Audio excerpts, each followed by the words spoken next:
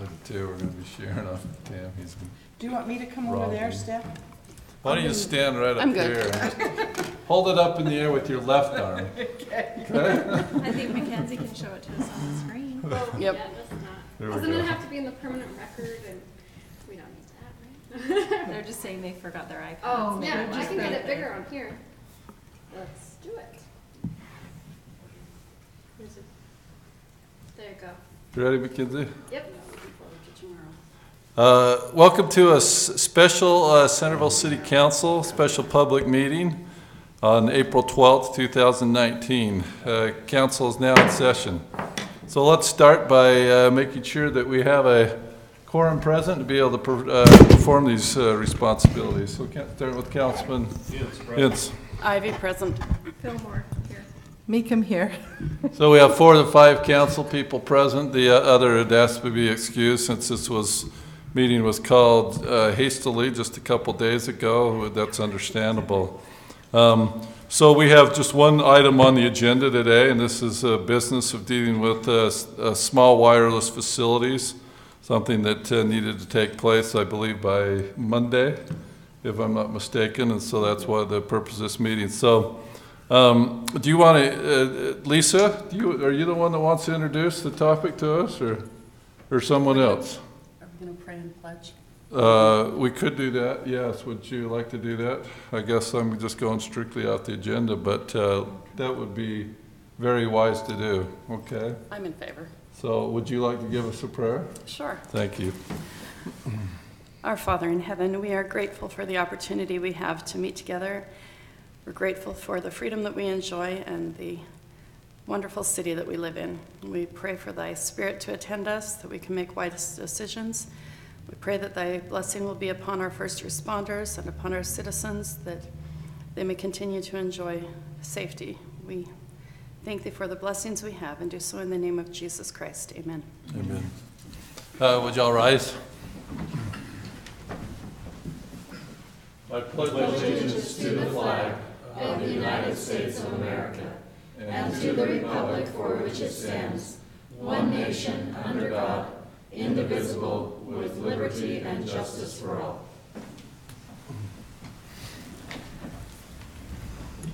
Thank you. Maybe it's Randy that's talking about this. Is that why you're here, Randy? I'm here to help you. Okay. We need all the help we can get. This subject you do. So, Lisa, Yes, do you want to talk about it? I would. Okay, great. Go So, ahead. Thank you. First, I would like to thank the mayor and council for coming on a Friday night. I really appreciate you making time in your schedule.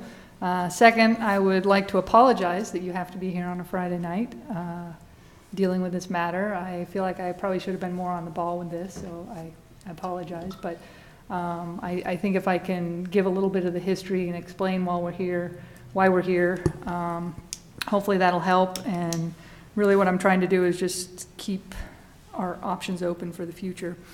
So in the packet, we have a proposed ordinance addressing small wireless facilities as well as a resolution adopting some design standards for those small facilities.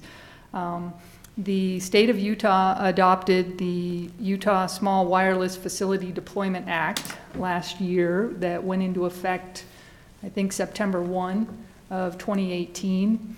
And really the state legislature is trying to encourage these small wireless facilities within public rights of way. Shortly after our state adopted our own state statute, the FCC came out with a ruling and order that was effective the end of September 2018, very much saying the same thing, that these types of facilities must be allowed in the public right of way. And if you read through some of that, hopefully not all of it, it's 116 pages, but basically I think what they were saying is that a lot of municipalities or local jurisdictions were making it too difficult and too costly for the industry to roll out the 5G network, and that they were going to mandate that these types of facilities be allowed in the public rights of way, because that makes sense. It would be an easy deployment. If every city allowed these done. Because it's difficult, obviously, to get, private easements to put these. So, and just to distinguish, these are different types of mechanisms than the large cell towers. So the large cell towers, those 100-foot poles, we have an ordinance in our zoning code that regulates those, and restricts the height, but they're basically 100 to 150 feet tall. They're very large for a large area. And what's needed with the 5G is smaller build out rather than having to build a lot of these really tall cell towers. And even in the downtown areas, those big cell towers don't work if you have really large buildings, and so they wanted them in these areas.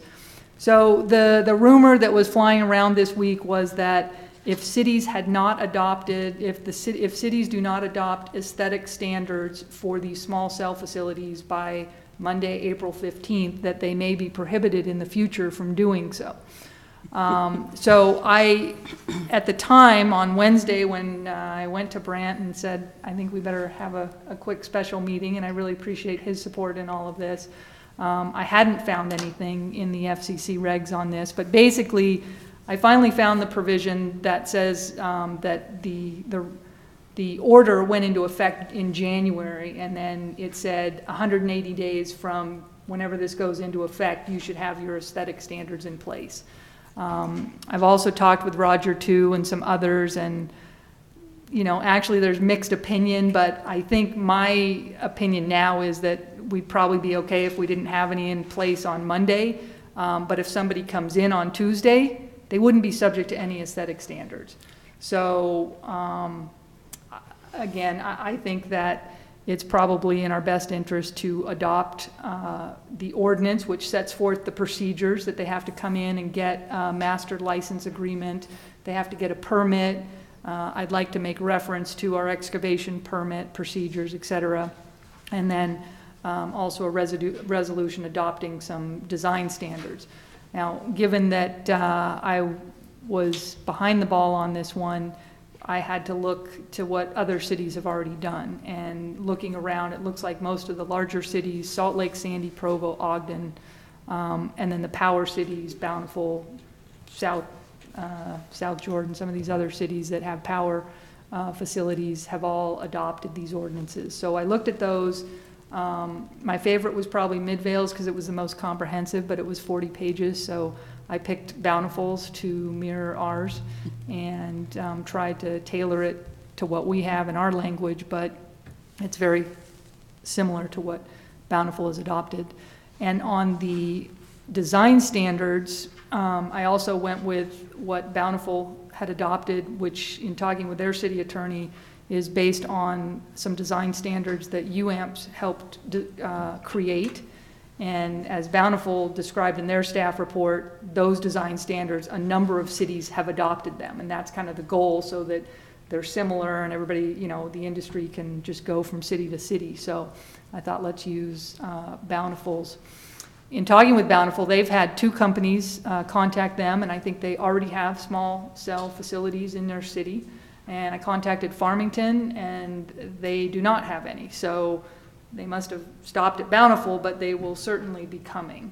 So again, given that information, we're not just looking at the big cities.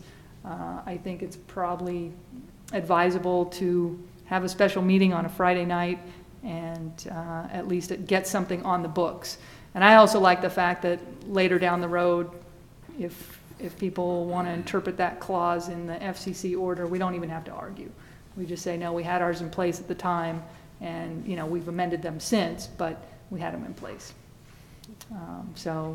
Again, I apologize, and I'm happy to answer any questions, but just to sort of put you at ease, I think Brant and I have talked, and I think the best approach might be to work with staff and make this more of Centerville's, and certainly bring back some amendments that might, because our public works director hasn't even had the opportunity to review this. I did not have the time to contact them or talk with community development, so we certainly want to get them involved.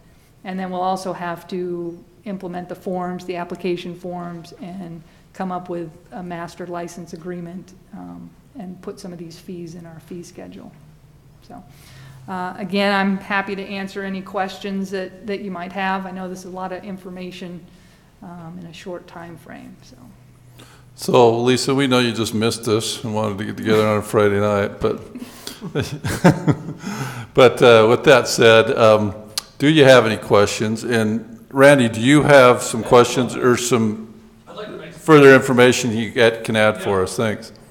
one of my great concerns is this is not the first time we've had this happen. We've had probably 3 different companies that have come and done this, and most of them have just left their garbage on the poles on our properties and just walked away from them. So I think one of the provisions certainly needs to be abandonment, and I know it's written into the policy, it talks about abandonment, but we have had, in fact, you'll see quite a few on poles today or antennas up that are still existing. So I think we need to make sure that if they abandon, we've got money or a way in which we can have them removed from them. Another one is, we really don't have any telephone poles that we own, or light poles that we own that they could put the structures on. Our light poles are at the maximum wind loading for the poles that we have, the light poles, so they couldn't add on to them. They'd have to take the poles down and redo them because they're not wind load capable, and that's true of the bases as well. So we do have a few wooden poles, but not very many at all. So we don't have any poles like Bountiful's pole that you have in the documentation. They'd have to put brand new poles in. If they tried to use our locations, they'd have to put a new pole that we would approve of. So I think we've got to consider that. They might be able to use some of Rocky Mountain Power poles, but they don't have a lot of those as well that would be light poles. Most of the poles are our poles, and they're just aluminum poles. 23 feet is the highest we have, 22 feet, but those aren't rated to put anything else on it. Another thing that kind of concerns me is I didn't see anything in there about generators. Do we have any provisions for generators, the location of them? We do have people, Comcast and some of those companies, that put generators in to back up their facilities, and we have had a lot of problems trying to locate those. We've had a lot of citizens that wouldn't want them in their front yard, and we actually have located them generally in places like businesses or churches or places in which they're not right smack dab in front of somebody's property. So we need to be considerate of how and where we would place those. I don't see anything that I could see in the reg that talked about generators and locations of those. So I'd like to If I may, that's backup power with these facilities, yeah. And do you think they'd need one for each antenna? That's a great question. Or are they going to have battery backups? They would probably need one or the other, but like Comcast and some of their facilities, they have backup power. We have about 8 of those in the city to service the entire city for some of their backup power. Like there's one right on the corner of the park over here, right where that little bus stop thing is. There's one there. There's one on the church on Main Street at about 8th North. And they're about 6 feet long, 3 feet high, 2 feet wide. And so I think they can look bad. I don't know how many they would put in our city, but I think that's a consideration, either battery backup or having a generator. Another one that I was concerned about was the height. It does say they can't be any lower than 8 feet, but 8 feet in somebody's driveway hanging over, it may be an obstruction. And it does talk about obstruction there well, but I would be concerned about maybe some of those obstructions. It talked about 28 cubic feet, no larger than 28 cubic feet, which is about equal to 3 by 3 by 3, is about how large the facility, when it talks about the size of it. So some of those that Brant showed were kind of ugly and humongous, so I would be a little bit concerned about that. So anyway, that's some of my concerns about them and being in the cities right away. I don't think it's a bad thing.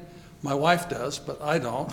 I mean, from the standpoint, she's concerned about the emissions that are going with the 5G, but that's not for us to decide whether it's good or bad. But I do think having them look nice and in the right place. I'd like to see them in right places and be able to negotiate with them, just like we did with those facilities for the backup generators. Finding places that fit with our city is an important thing to make sure they're not.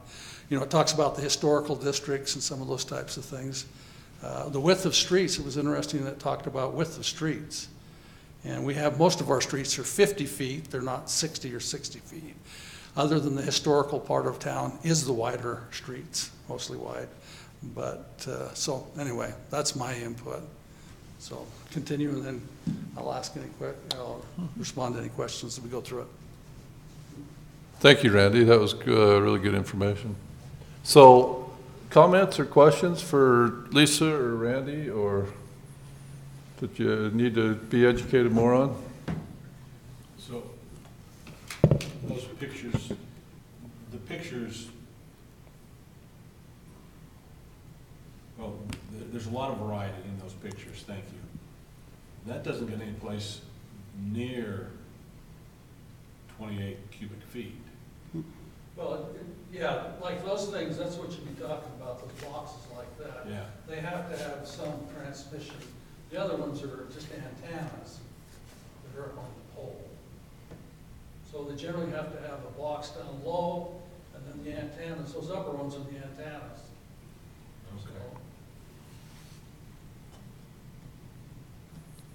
And just for the record, the height and size restrictions are set forth in the state statute. So, yeah, there were some questions about the 50 feet, but it is provided in the state statute, so that's not a discretionary regulation for us, nor is the size. They put 150 feet here in Centerville and won't last long. We only need one good wind to move it out down. But Randy, you're saying that our neighborhood street lamps aren't going to be able to hold these? They're not going to be able to hold them, and they're not tall enough either. They want to get them as high as they can. Our tallest is 22 feet, the very highest. So it's more likely they're going to go on the major arterials with the... Yes, or they would have to replace our light fixtures and put them on another pole. Or just a separate pole? Can they build a separate Well, pole? that's a good question, because a lot of our subdivisions, we don't have poles in them. Yes, they can. We're required to allow them in the public right-of-way on existing poles or to put in new poles. But obviously, that would be potentially cost prohibitive to put in a bunch of new poles. But and then the comment was that it's also 50 feet, but then they can also go 10 feet higher with the antenna on that. So, I mean, I appreciated your I appreciate your staying on top of it, and better safe than sorry. We're here tonight, that's fine. I appreciated your comment about then having now we have something in place as a safety net, but looking closer at it, getting staff's input. I had just a couple of additions. I'm sure that the Community Development Department would have maybe similar things, but on page 7, on section 2, General Standards, Aesthetics. Is this in the design standards? Probably. It's just the section 2 of the ordinance, I believe. Yeah. Section 2 is design standards, yeah. Section 1901-080. Just of our ordinance. I'm just on page 7 of our ordinance, the table. Okay, yeah, that would be the design standard. Section 2, general standards, 2.1, small cell equipment standards, aesthetics. I just think we need to specify equipment should match the aesthetics of the newest poles, equipment, and infrastructure. So if we have an area where we've been trying to evolve to a different style, that's clear that they're going to the newer style or color. And then on color, all equipment should match or be painted to match pole aesthetics. Paint should be powder coated over zinc paint. If a wood pole, the visible attachments and hardware shall be colored gray or earth toned, I think makes sense, because if they want to paint it to stand out less, that's great. And that also matches something that we have not in a table down in 3.2 general requirements. the same small cell pole aesthetic shall be used to match existing streetlights and maintain a cohesive appearance. So it just matches that idea of matching the infrastructure. I'm concerned about how ugly our poles are from the standpoint of trying to match the poles. Yeah. I mean, we have aluminum poles, we have Well, steel poles. you're thinking exactly my thinking. Is as soon as I read this, I was like, this reminds me that we need to update our pole standards. Well, from the standpoint, the problem with it is we've used very inexpensive poles. I mean, we can pay $600 or $2,000 for a pole. Right.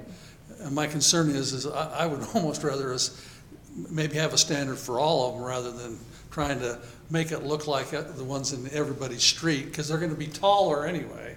I'm wondering if we ought to have a better standard for all of them rather than trying to match the existing ones that are there. Well, yeah, exactly. And that's actually what I'm saying, is that I wonder, because this is a desire I've always had, is for us to put a new standard for all of our pole infrastructure in the city, and then have it be standard, so that when we have applicants, we just already have a standard and there's a uniform thing, and that when we're replacing poles, we can move towards an improved standard. And if we get that in place, then what we can say in this language is that we expect it to match the new standard, the ordinance. So that would be my suggestion of how to approach that. Okay, I think we can add both of those in. I'm fine with the earth tone. There may be some pushback from the industry on adding that it has to meet the newest surrounding poles, because again, we have to treat everyone the same and there can't be any barriers to entry. And so anyway, I'll put it in there, but And it depends on which pole it's being, so if it's being built on an older pole, then that's fine.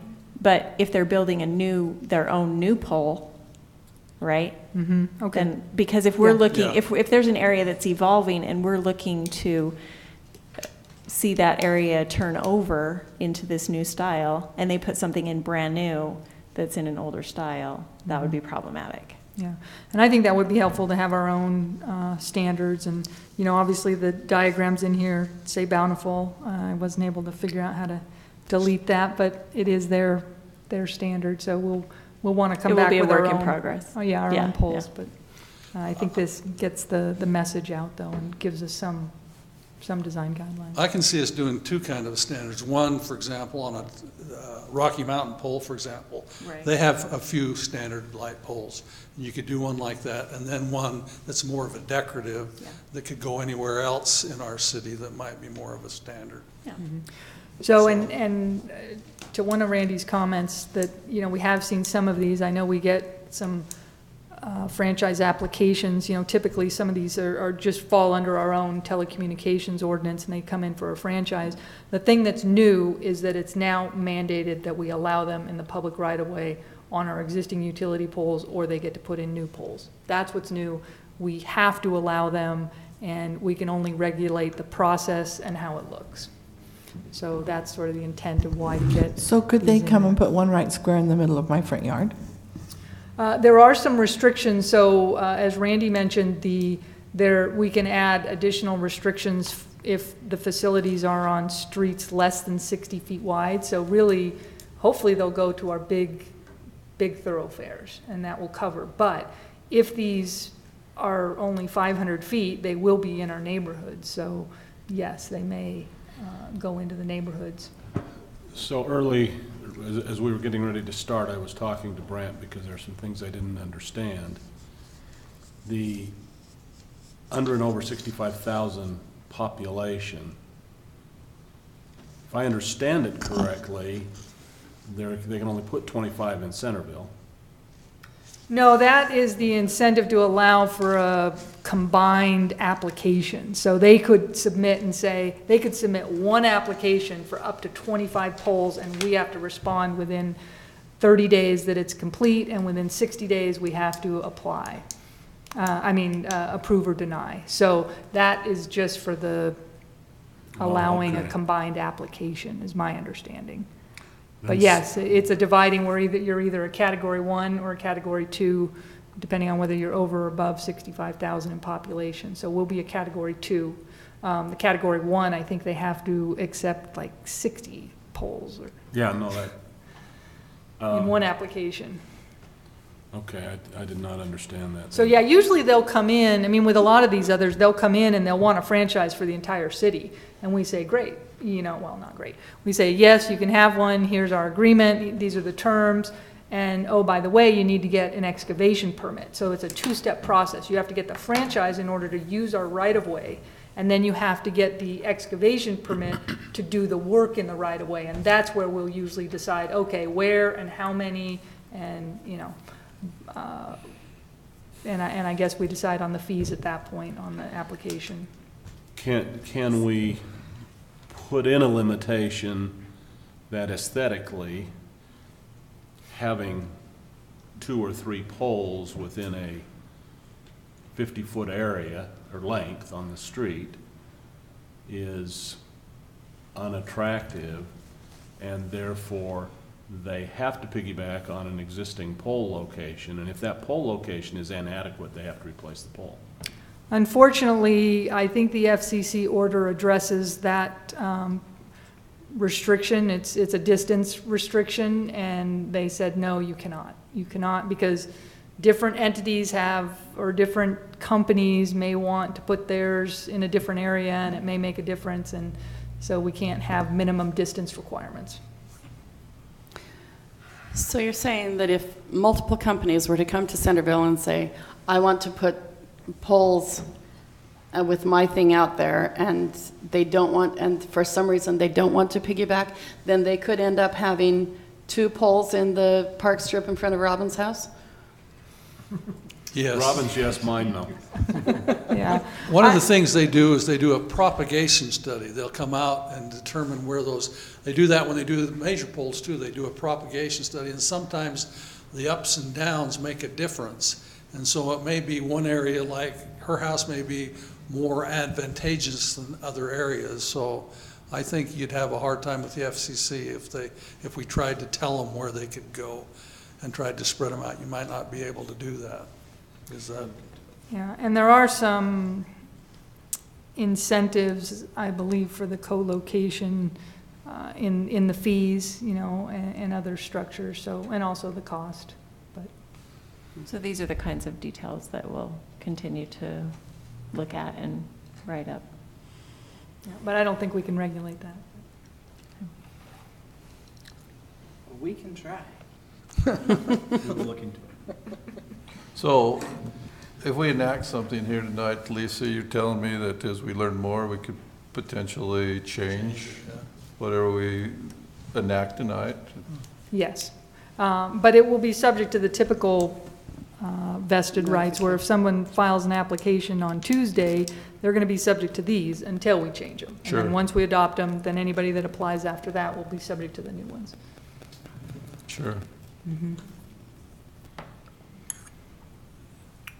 And as I was talking to, I think it was Robin and I were talking, have we heard that somebody's getting ready to file an application next week? Is that? No, I'm not aware of any applications. Okay. I was told that it would be probably 2 years. But there's a couple of companies that are vying for it right now. Oh, good, we're way ahead of schedule then. Well, if some have gone to Bountiful already, I'd be Yes, surprised that's- if they're not coming over here. That doesn't Right. make sense to me, so. Well, I would recommend just to follow up, Lisa, do you think that we should clarify in that general requirements in the design standards that when we're referring to, that we're saying that the same cell pole aesthetic shall be used to match newest existing infrastructure style when a new pole is being put in? So, I mean, basically the idea is if they're putting equipment on an existing pole, it should match the existing pole, because it looks worse if it doesn't, because then it stands out. But if they're building a new pole, So, I mean, I can think of a lot of examples. If they're doing something on the corner of Parish and Main, we paid money to have those light poles, those street light poles, upgraded to a black powder coat finish. And so if they put a new pole in that area, I would expect them to match that. That's the Right. evolution. But that would meet the current language, the aesthetics of the surrounding poles and equipment. No, because then there are existing older type poles as well. So That are they not could too far argue, away. we're just matching still what's in the area. So I think we need to clarify it. So changing this to another- two statements. Number one is, if you're putting it on an existing pole, you have to match that pole. If you're putting in a new pole, then that new pole needs to match the most recent pole in that vicinity. Yeah, because another example is Fourth West, where you've got on the Walmart side, the very upgraded lighting, and you've got on the Target Home Depot side, older, not upgraded lighting, and that's a corridor, and I think the Walmart is the newer standard in that area, and if they build a new pole, I'd want it to match that more current standard. Okay, so two sentences under the aesthetic provision. I can do that. And then adding earth tone to the color. If you want to put that in your motion. The other thing I wanted to point out, George had a number of comments, but two changes that I did make. There was a typo in the 16 cubic feet instead of cubic, which I thought was really funny because it's still a measurement, a cubit, which would have been longer than 6. Anyway, and also making it clear, which kind of goes to Bill's comment, that we should title this Small Wireless Facilities in the Public Right-of-Way. Because a lot of cities have named it that long, cumbersome title, and I just shortened it, but I can see why they're doing that, because then it's very clear from the beginning, no, these are only small facilities in the public right-of-way. We're not trying to regulate those on the big cell towers or on private property. So we're going to lengthen that title, Small Wireless Facilities in the Public Right-of-Way. But when he mentioned that to me, that brought up an interesting question for me. And do we want to have these standards apply to private space? Why wouldn't we? But that might be to research as another project. Okay. What our regulatory Put authority it on is the on list those. to look into in the process of digging into this further, I would say. Let me go revisit my number of poles and spacing question.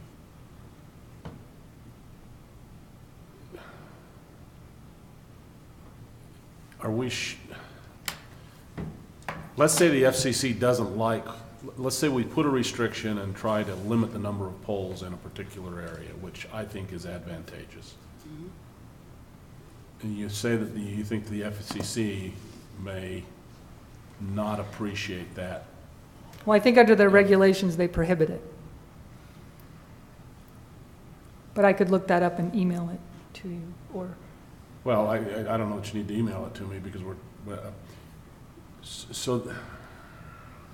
so they prohibit it, we put it in, then somebody has to sue us to find out that our regulation is not good. Might not it just be easier for them to follow it rather than going through the time delay and everything else that would have cost them to do it? And that we would win in the long run? well, I'd like to look at the regulations. My recollection is that it's prohibited, and I wouldn't feel comfortable knowingly putting something in our ordinance that's illegal. But I'd be happy to look at the language and see if there's some wiggle room, Okay. to add that. It just, In the industrial park, we have 2 towers. One of them has 3 co-locations on it. And the interesting thing was the propagation study said that this is where they needed to be. And so we had 3 of them on one tower, and then 100 feet close to that tower, they put in another tower. And it was because of the propagation study, they had to be in that location so that more people would be able to pick up the tower. And I think it may even be worse when we're talking about shorter towers and trying to get them in certain areas. And so the propagation study, and I think that's what the FCC will say, They need to be, Well, I'm not trying to regulate something 300, 400, 500 feet. I'm talking about a 25-foot length or 20-foot length of the road that has 2 towers in it, or 2 poles in it already, or 3 poles in it already, and now we want to put another one up. well, that's how close I'm saying. These are 100 feet apart. We have three on this tower and 2 on this tower, and they're only 100 feet apart today. We're talking about big, tall poles down in the industrial park, so I can see it happening where you could have one on one property corner and one here. That's a possibility because of the propagation study says that little area, that 100 feet is probably the best place for an antenna. And so they may not allow us to say, no, you got to have them so many feet apart. But my encouragement would be to encourage for co-location, because if the propagation study's good, then, and we don't know how many companies are going to come in. I mean, you could come in with lots, or it may not do too well. I don't know. Yeah, we may be tilting at windmills. Yeah. So, Okay, sorry. So I'm reading the provision in the FCC ruling, and I do, you know, I guess there is some wiggle room there. They say that, you know, most of these minimum distance requirements would violate Section 253, which is the barrier to entry. But there may be some circumstances where those distances do not impact an ability of the industry to get into the area. So I guess we could look into that. But they do, you know, they're specifically talking about requirements that mandate at least 100 feet away. So I'd be willing to look into that. I guess there is some. So I was out walking 4th East earlier today, okay, and as you're walking, because of the location of poles, and if you're walking with someone, or you're talking 2 or 3 kids going to school, that type of thing, the poles take up a significant chunk in some instances of the walking space, and having in a short space, and I haven't measured anything out, having in a 25-foot space, having 2 or 3 poles is a pain. Mm-hmm.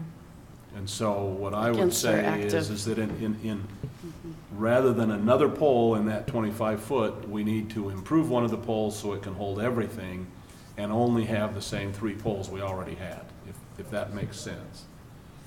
And then the second thing, dealing with the poles, and I hadn't thought about this until Robin's comments, can we do something such that if we're going to put a pole in a residential facility, that pole has to be within 5 feet of the property line? In other words, that the pole not be just straight out from Robin's front door, or anybody else's for that matter. So it's the public right-of-way, so it's obviously going to be out in the public right-of-way, near the sidewalk, probably in the parking strip type of thing. No, I understand, but still, you know. It's not what you want as as a I view see. when you look out the front you look door. out the front door, if we can, and I'm asking the question. Right. I'm not trying to move it a whole long ways away. I'm saying, put it with, you know, within 5 feet of the property line where it hits the right-of-way. Well, absolutely, as we're going through this process, we'll take all these considerations, all these thoughts into consideration. But again, FCC got involved, and so did the state for a reason, and that's what we have to be mindful of as we're considering these options, because I have been involved in some of these discussions in other cities, and they are prohibitive, especially when you get attorneys involved. Especially if you get what? Attorneys involved. But, but seriously, I mean, at the point where we really need to, we want to be open, you know, we want to be compliant, but at the same time, Find where we can protect our right, so interests. we'll push as far as we can, that we think we legally can, and that's what we'll come back to you with as an amendment. Yeah. We'll take some considerations now as we prepare this ordinance, because we are concerned about what happens in the next week or 2 or month, however long it takes us to get a committee together, a staff committee to Do review easements this. count as public right-of-way? So they could actually be in the front yard? I don't think easements really would count. No, I don't think so either. It's a road. So if you're saying we have like a pedestrian sidewalk easement, it would have to be in the public right-of-way, so we would have to own it. Well, some of the poles on Fourth East intrude into the sidewalk. So you know, you literally, the sidewalk is right here where our what are these things called? Park strip? Yeah. And the pole sits in the middle of the sidewalk. There's sidewalk on both sides of the pole. Now, how, you know, are those major problems? No, I guess they're not major problems, but they ought to be in the park strip away from the sidewalk. And there aren't very many of those, I acknowledge. But I'm more concerned about, A, increasing the number of poles in a small area, and B, keeping the poles somewhat to the outer edge of the property line. And I used 5 feet, even if it's within 10 feet of the property line. That's a whole lot better than having it right square out your front door. Good, yeah, I think we can take those into consideration and see if those are provisions that we can add. Okay. All right, so for tonight, anything else, or should I go ahead and make Do a we need to motion? do anything additional to deal with Randy's wind load and backup power issues? The design standards do have a 125-mile-an-hour wind load standard that Bountiful imposed, so we do have a wind load standard in the design standards. I don't recall reading anything specifically about generators, but there is also a decibel rating requirement in the design standards that it can't exceed a certain decibel in residential areas. So that has partially been addressed, but not. Is 125 enough? I thought that the wind load on my garage was 150. I would suggest that we ask our engineers what they would recommend. I would adopt the 125 for now. Okay. Yeah, not knowing, but I do think it would be helpful to have the engineer look at it and come up with our own nice drawings with the Centerville logo. Yeah, and I'd love to know more about the question of the generator boxes and the things that will feel even more intrusive, I think. Yeah, and I don't know what they use, but I could probably contact some other cities that have these facilities and see. Okay, so we'll call that good enough for now, and I'll make a motion that we approve ordinance 2019-07, enacting Title 19 of the Centerville Municipal Code regarding small wireless facilities. And in addition to that, that we approve resolution number 2019-09, adopting small wireless facilities infrastructure design standards with the changes discussed. Those Second. two changes. Motion and a second. Any further discussion? If not, let's do a roll call vote, starting with Councilman Ince. Aye. Aye. Aye. Aye. Both those pass, the ordinance 2019-7 and resolution 2019-9 by 4-0 vote. Great, thank you, everyone. Any further things to bring up? I would mention to you that I just got off the phone as we were coming in, and we do not have our baseball opening day tomorrow because Bruce could not get the Mother Nature didn't let our fields get ready in time. But they are still doing their 5K fundraiser race at 8 a.m. I just had hung up with Matt Layton before I walked in. So Does that mean it's going to be canceled or postponed? Games start on Monday, so I don't know that they're going to have a grand kickoff, are they? Opening day will be on the 20th. Okay, he did not mention that to me. He and I both were talking about other things as well. Similar profession. So great. So my sinker that I've been working on, I still may be able to use it for opening day, throw out pitch. But they do have the fundraiser 5K tomorrow. And anything else in the city before Tuesday, before we meet again? Lisa was apologetic for calling it. I think you absolutely did the right thing. Thank you. She did. Yeah, thank you, Councilman Ince. Yes, she did. If no other business, I'll entertain a motion to adjourn. Motion to adjourn. Second. All in favor? Aye. Council I have to adjourned. say, Brant was really the one that called it. I went to him and said, what should we do? And I think he made a good decision. That was Lisa. Good job, staff. You had Just that. listen to Lisa. Now you You have too. that home tonight? Yes, at least. red button on the wall. And thanks for the Easter treat. You're welcome. Thank